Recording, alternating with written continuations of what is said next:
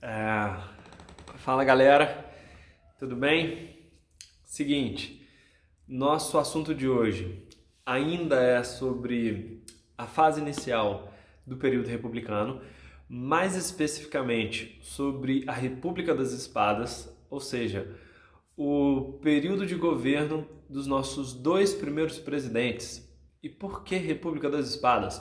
Porque todos os dois, tanto Deodoro da Fonseca quanto Floriano Peixoto, são presidentes ligados à ala militar, certo? Por isso esse apelido.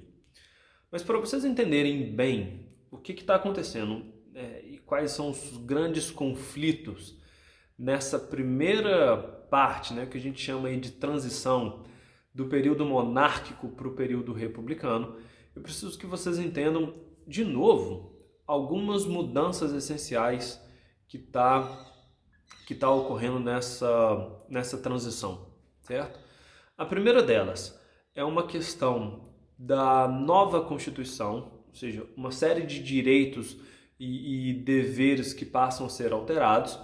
E eu acredito que a principal delas tem a ver com o fato, né, com o lance do Brasil ter se tornado, a partir de agora, um país presidencialista, ou seja, o chefe do nosso executivo ele é eleito através de voto direto, ou seja, a própria população vai às urnas, vota, escolhe diretamente o seu presidente. As eleições elas são periódicas, né? Ela tem aí prazo de anos em anos. A população tem que exercer esse direito, mas tem uma das principais questões do que significa esse voto. E isso é a grande marca não só dessa Constituição, da primeira Constituição republicana, e não só da República das Espadas, mas do que a gente vai chamar aí de toda a fase da República Velha, que é a exclusão, né? Ou seja, é a falta de participação do povo nesse processo eleitoral. Então, o que a gente encontra nessa primeira transição é o oposto do que aquele discurso de que a República ela traria participação popular e traria mais direito e liberdade para a população. Com o fato de somente os homens, somente os maiores de 21 anos de idade e somente os alfabetizados poderem votar, isso exclui a maioria do povo brasileiro, né? Incluindo o principal grupo deles, que acaba sendo a grande justificativa desses critérios serem adotados, que é uma forma de restringir, ou seja, de proibir que os escravos, que a população negra, que a população empobrecida participe dessa tomada de decisão. E por que isso daí é fundamental para a gente entender esse período? Porque a gente está falando de grupos de elite, de grupos de grandes capitalistas, de grupos de grandes interesses que não querem partilhar, ou seja, não querem dividir as regras com o restante da população. Então, essas limitações vão colocar aí para esses dois grupos, tanto para o exército quanto para a elite latifundiária, né? Porque a maior parte da riqueza brasileira nesse período ela é proveniente, ou seja, ela tem origem do campo, do setor agrário, elas vão excluir a maior parte dessa população, ok? Mas, pois bem, nessa transição de governo monárquico para governo republicano, inicialmente, esses nossos dois primeiros presidentes, eles vão ficar nas mãos dos militares, nas mãos desse setor, porque vão ser eles, né, o exército, o grupo responsável pela expulsão da família real. Então, como uma forma de garantir que o país inteiro não entre em convulsão, ou seja, que o país não entre em rebeliões, em revoltas, em tentativas de emancipação, porque, por exemplo, ninguém garante que a região sul, né, pelo seu histórico aí de revoltas e de identidade própria, uma vez que a gente vê fraqueza no governo, o Dom Pedro não governa mais, o Dom Pedro não está no poder, então o que o Sul faz? Por que o Sul não fica livre e cria o seu próprio país? Ou o Nordeste, que também historicamente já tem um nacionalismo, já tem um espírito de identidade própria. E o que é isso? Não existe um Brasil completamente unido nessa transição. O que cria uma relação entre Nordeste, Sul, Norte, Sudeste? A figura do imperador, por exemplo. Certo? Todos esses povos, todas essas regiões, todas essas províncias são governadas pela mesma monarquia, pela mesma tradição. Agora que não tem mais essa figura, quem é que garante que não chega e não vão se declarar as suas independências? Certo? Para não correr o risco de passar por esse processo de fragmentação, ou seja, por essa partilha, é entendido, né, nessa transição e na relação e no acordo entre elite agrária e o próprio governo militar, né, o próprio comando do exército, que ficaria a cargo do uso das armas, das forças armadas do exército propriamente dito, o controle nacional. Para quê? Porque se cada uma das províncias, se cada uma das regiões que agora vão receber os nomes de estado, né?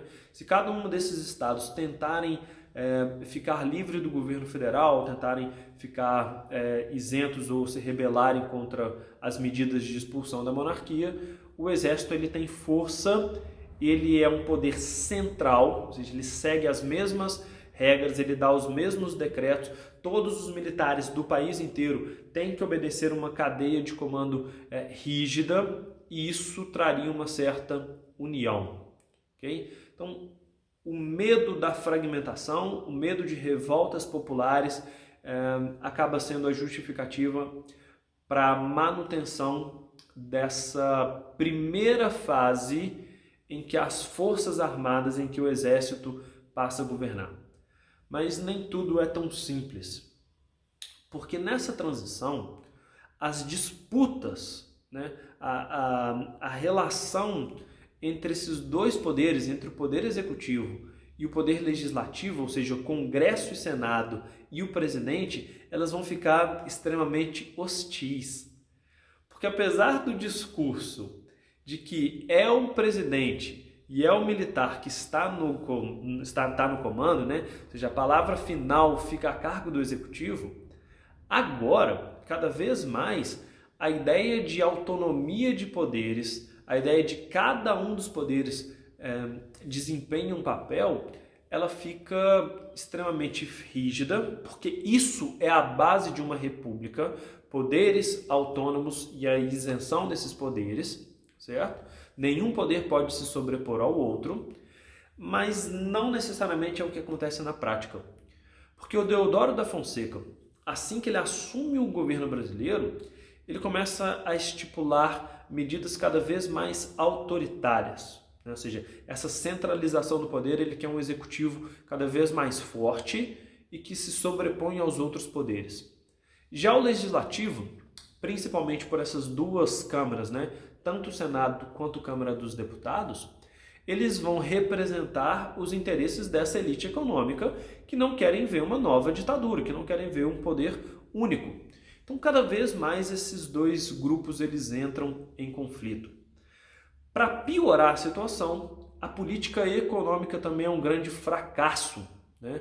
O ministro da Economia, do Deodoro da Fonseca, Rui Barbosa, ele tenta uma política que vai ser chamada de política do encilhamento. O que é isso? Para estimular o avanço econômico brasileiro, para estimular aí a monetarização, já que o Brasil é um país que tem pouca moeda, o Brasil tem pouco lastro, né? tem pouco papel, já que nós éramos um país escravista, e países escravistas agrários, eles não precisam ter dinheiro circulando. Certo? Por quê? Porque você não paga salário, você não precisa ter dinheiro mensal para poder negociar e pagar as suas atividades. Qual é a estratégia do ministro da Economia? Qual é a estratégia dele? É uma política que vai ser chamada de encilhamento, certo? E ela significa a impressão de papel moeda, ou seja, você começa a imprimir dinheiro. E isso gera um problema, porque o país Brasil não tem lastro, ou seja, você nunca pode imprimir mais dinheiro do que você consegue arrecadar e do que você consegue sustentar aquilo, certo? Você já ouviu falar em cheque sem fundo? O que é o cheque sem fundo? É você dar um cheque num valor e no fim das contas você não tem dinheiro para pagar aquilo, né?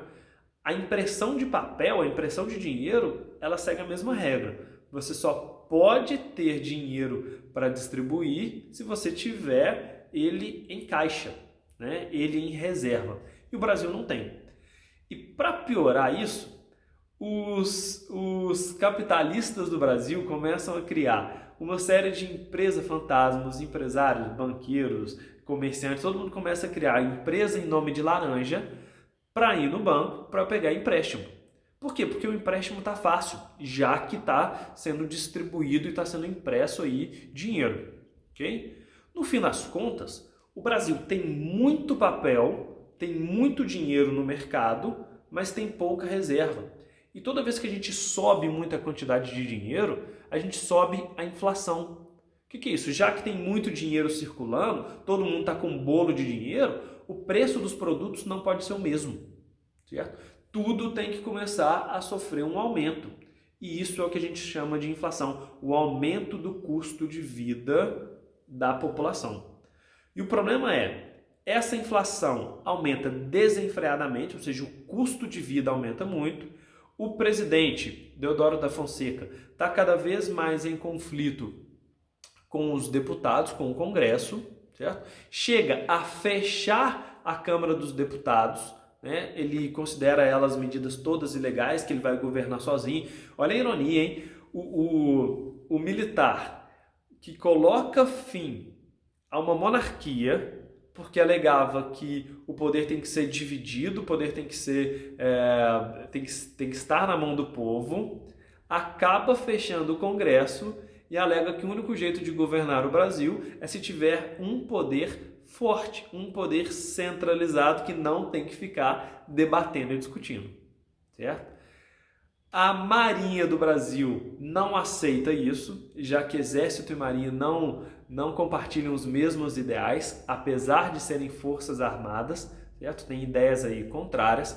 A Marinha é muito mais ligado aos elementos da monarquia, vai para cima do Deodoro. Falou, olha, Deodoro, então você expulsou o Dom Pedro, alegando que o país tem que ter autonomia, tem que ter divisão dos poderes, não pode ter esse absolutismo, certo? Então agora fechar o Congresso significa uma medida ditatorial. A Marinha se revolta e exige a renúncia do presidente, que passa a não governar mais. Okay?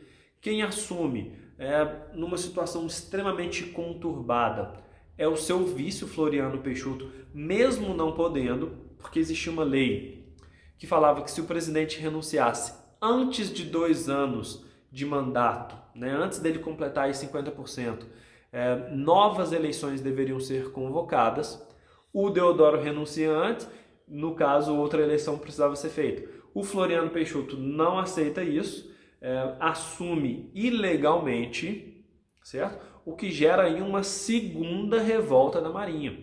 Só que o Floriano Peixoto, ele militarmente ele é mais forte, então ele vai entrar em guerra contra a própria Marinha, que a gente chama de segunda revolta da Armada.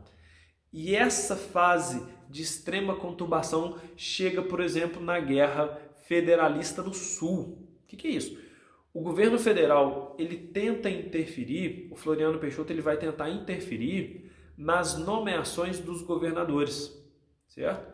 E o Rio Grande do Sul, por exemplo, não vai aceitar que o presidente eleja e escolha quem são os seus representantes, a revolta federalista, por conta dessa intervenção. A guerra toda se desloca para essa região sul inteira, porque Rio Grande do Sul, Santa Catarina e parte do Paraná vão se revoltar contra essas medidas centralizadoras, essas medidas que tendem aí a colocar todo o poder nas mãos do poder executivo, né? Dos 3 poderes, apesar deles existirem, um fica mais forte que o outro, certo? Essa revolta ela vai acontecer para questionar isso, acabam sendo derrotados, o Floriano acaba vitorioso, mas sem conseguir emplacar os seus sucessores. A partir da derrota do Floriano Peixoto e o início do governo civil do Prudente de Moraes, a gente tem todo um deslocamento da política brasileira para a mão dessa elite econômica. Então, esses primeiros 2 militares fazem essa fase de transição, mantêm o país unido e estruturado, mas a partir do governo de Floriano Peixoto, o modelo federalista, em que cada região do Brasil vai ter a sua autonomia e uma liberdade imensa, marca a segunda questão, beleza? Em breve a gente discute isso, ok? Até logo e abraço!